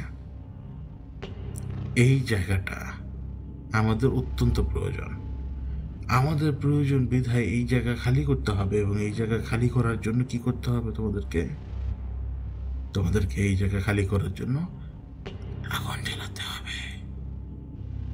একটা ব্যাপার কি জানো, আগুনের চেয়ে বিধ্বংসী জিনিস দুনিয়াতে কখনো তৈরি হয়নি আর হবেও না। এমনকি যদি 2টো পরমাণুর বিস্ফোরণও ঘটে সেইখানেও উত্তাপ এবং সেইখানেও আগুনের অংশ রয়ে গেছে। আগুন থাকবে, আগুন কি কেউ কিছু করতে পারবে না। এখন আমি তোমার আমার নামে দেখতে পাচ্ছি শুধুমাত্র আগুন যা দাউ দাউ করে চলছে। শান্ত হয়ে যাও, অত বেশি জোরে চলতে হবে না তোমাকে, এটা দায়িত্ব দিচ্ছি। এই পরিবারের দিকে তাকাও, এই পরিবারের সদস্যদেরকে দেখো, দুইজন স্বামী স্ত্রী, তাদের একটা ছোট্ট বাচ্চা, তাদের একটা ছোট ছেলে এবং বড় মেয়ে এবং মেয়েটার মা। আসলে তারা কেউ ম্যাটার করে না, ম্যাটার করে হচ্ছে এই বড় মেয়েটা। অর্ডার হচ্ছে এই মেয়েটাকে মেরে ফেলতে হবে, কিন্তু স্বাভাবিক প্রক্রিয়া নয়। তুমি তাকে ছুরি দিয়ে খুন করতে পারবে না, তুমি তাকে পাথরে ফেলে মারতে পারবে না। শুধুমাত্র একটা রাস্তায় তাকে তোমাকে খুন করতে হবে, তা হচ্ছে ওই অঞ্চলে আগুন লাগিয়ে এমনভাবে আগুন তৈরি করবে যে আগুন দেখলে মনে হবে যে এইখানে বিশাল স্তরে আগুনটা সংগঠিত হয়েছে এবং এই আগুনে মানুষ অনেকজন মারা গিয়েছে, তা হবে কি দুর্ঘটনায়। তোমার দায়িত্ব এটাই, তুমি আবার যেতে পারো। তো এই কথা বলার পরে সে রিটার্ন ফেরত চলে আসে এবং রিটার্ন ফেরত চলে আসার পরই সে আগে সেই এলাকায় চলে যায়, যে সে দেখার চেষ্টা করে যে আসলে কি সে ওই জায়গায় এসছে বা ওইখানে আসার জন্য কি তাকে বলা হয়েছে কিনা। এমনকি সে চেক করে সেই মেয়েটাকেও। যখন দিগন্ত তারা প্রথমবার ওই মেয়েটাকে দেখে, দিগন্ত তারা মনে হয় ওর মতো ইনোসেন্ট মেয়েকে সে কেন খুন করতে চায়, হাইকমান্ড একজন ইনোসেন্টকে কেন খুন করবে।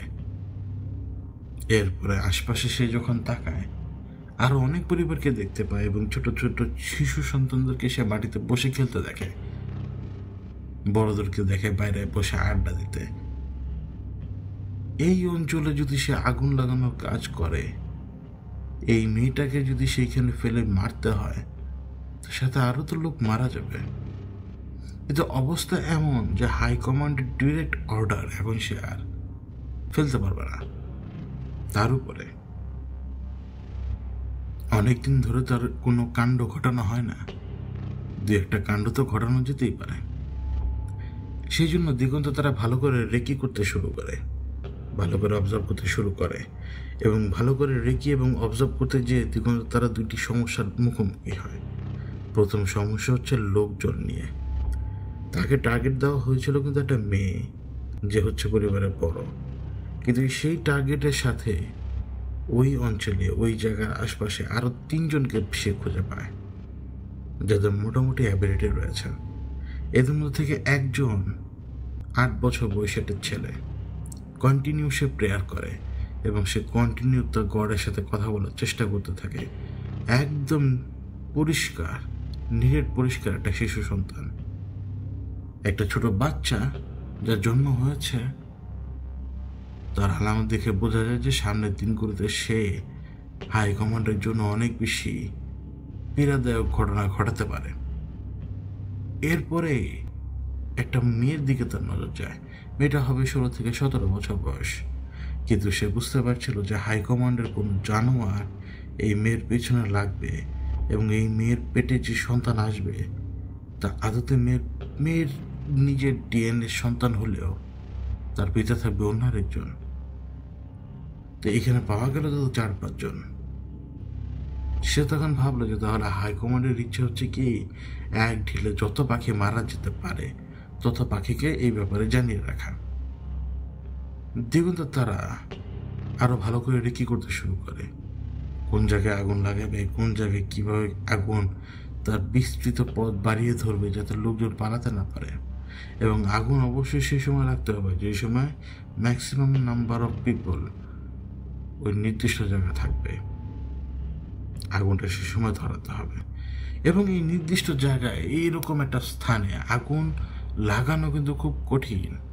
দিগন্ত তারা কিন্তু রেকি করতে গিয়ে জানতে পারে এইখানে দোতলা বাড়িগুলো যেগুলো দেখা যাচ্ছে তা সব কাঠের তৈরি।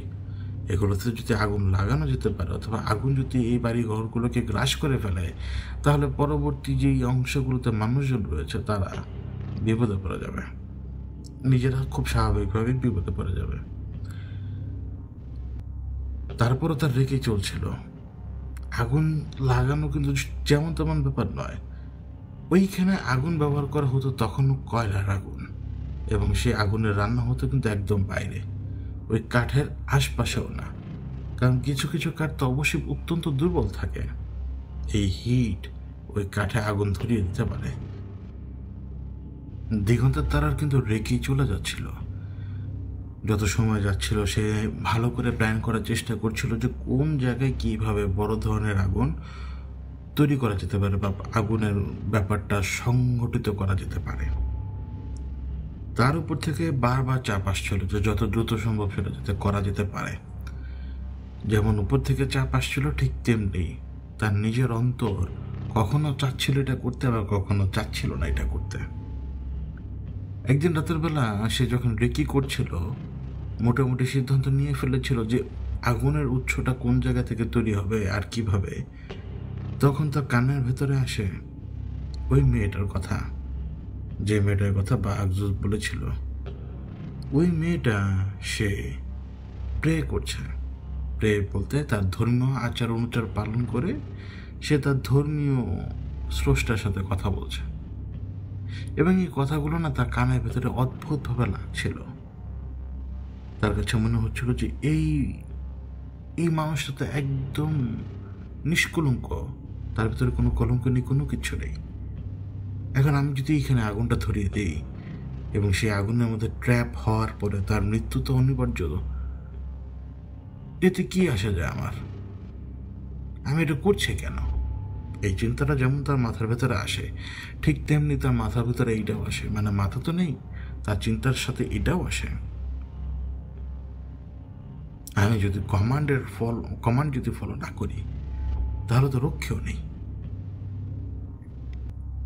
যত সময় যাচ্ছিল আরো তত তার উপরে চাপ বাড়ছিল যাতে করে সে তার কাজ দ্রুত শেষ করতে পারে।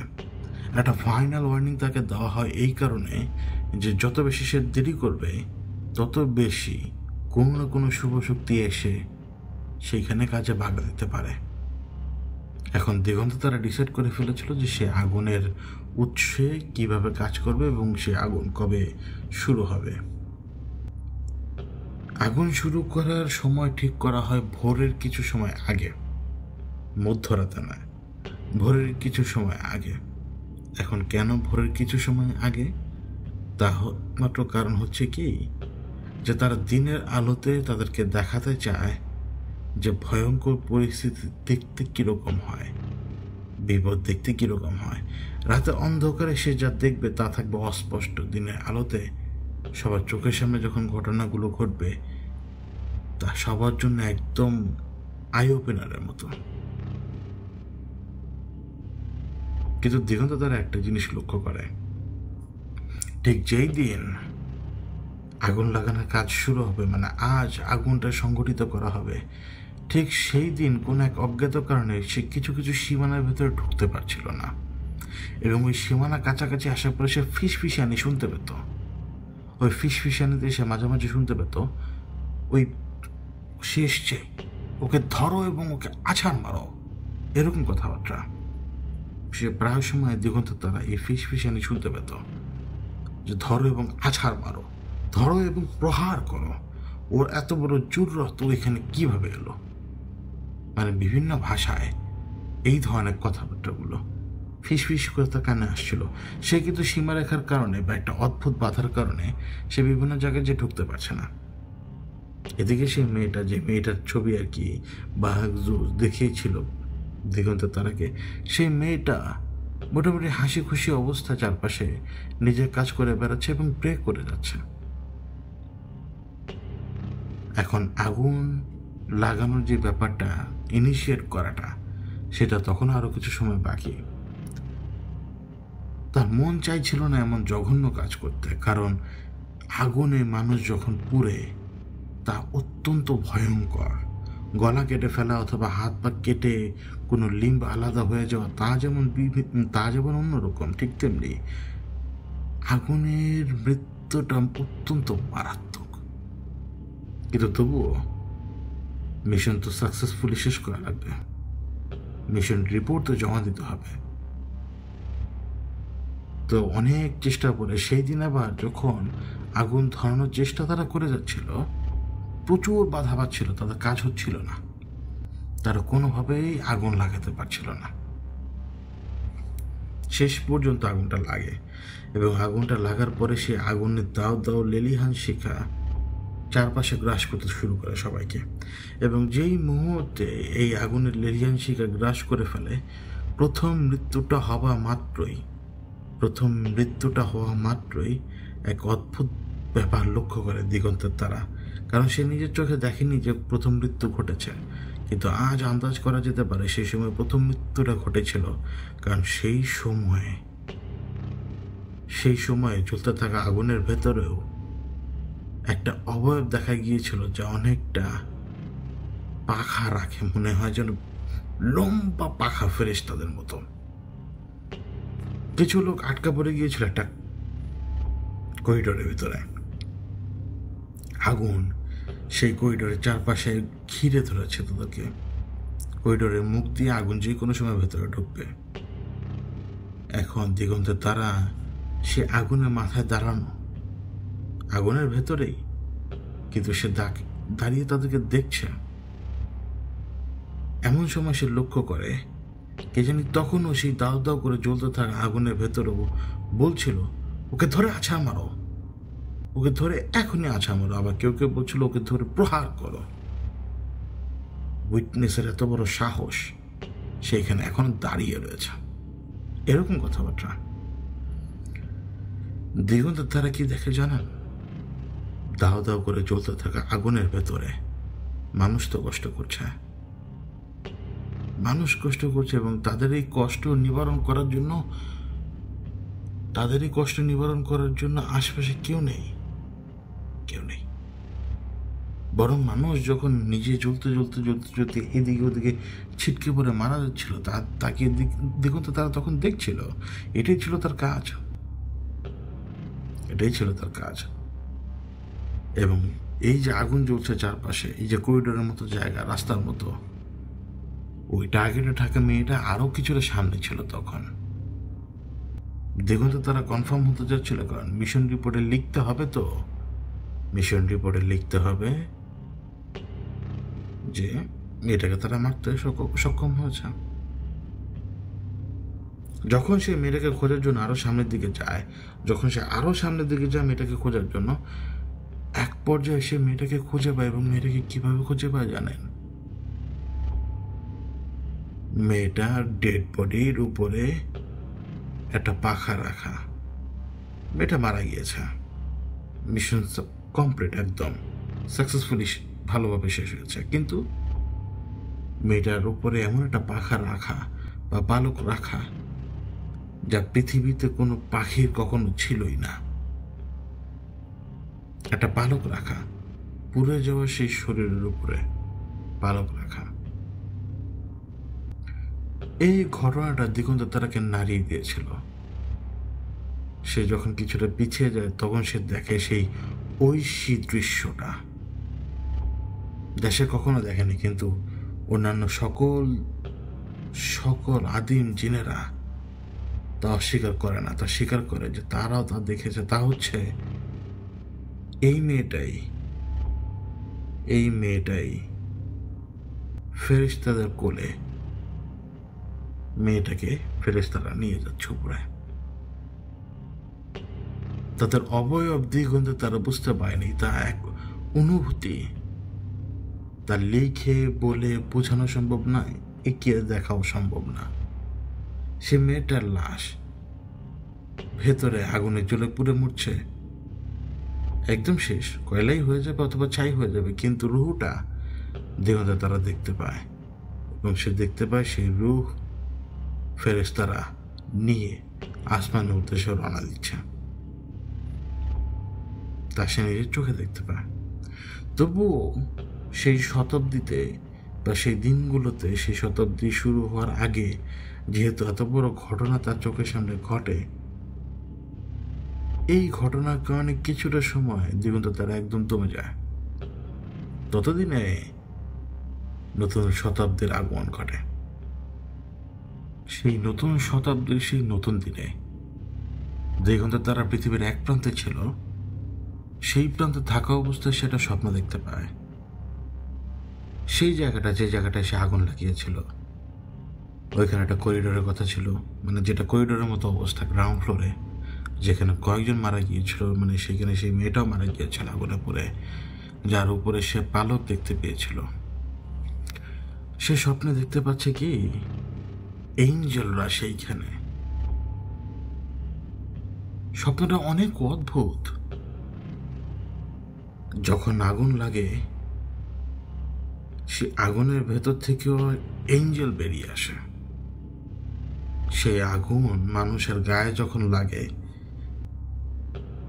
সেই আগুন যখন মানুষের গায়ে লাগে, ওই আগুনটাও এঞ্জেলই তাদের গায়ে লাগায়। এবং এক এঞ্জেল আরেক এঞ্জেলকে বলছে একে এত সময় ধরে যন্ত্রণা দিতে হবে,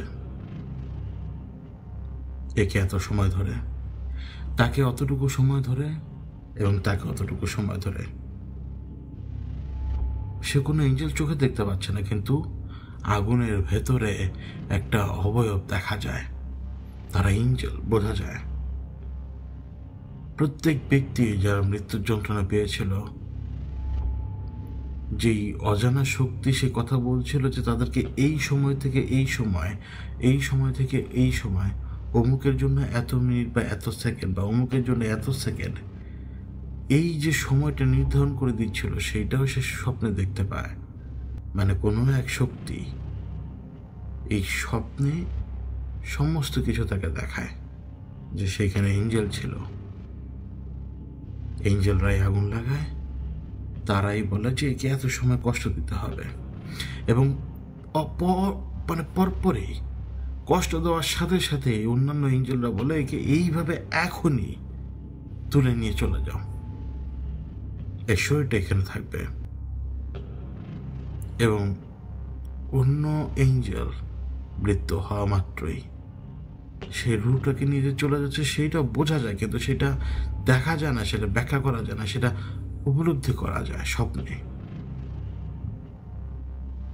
ওই মেয়েটার লাশের উপরে যেটা পালক, এই পালকটাও ওই আগুনের ভেতর থেকেই আসা এক অদৃশ্যমান শক্তি ওই মেয়েটার উপরে রেখেছিল। আশপাশে বিভিন্ন লাশ পুড়ে একদম কালছিটে হয়ে গিয়েছিল,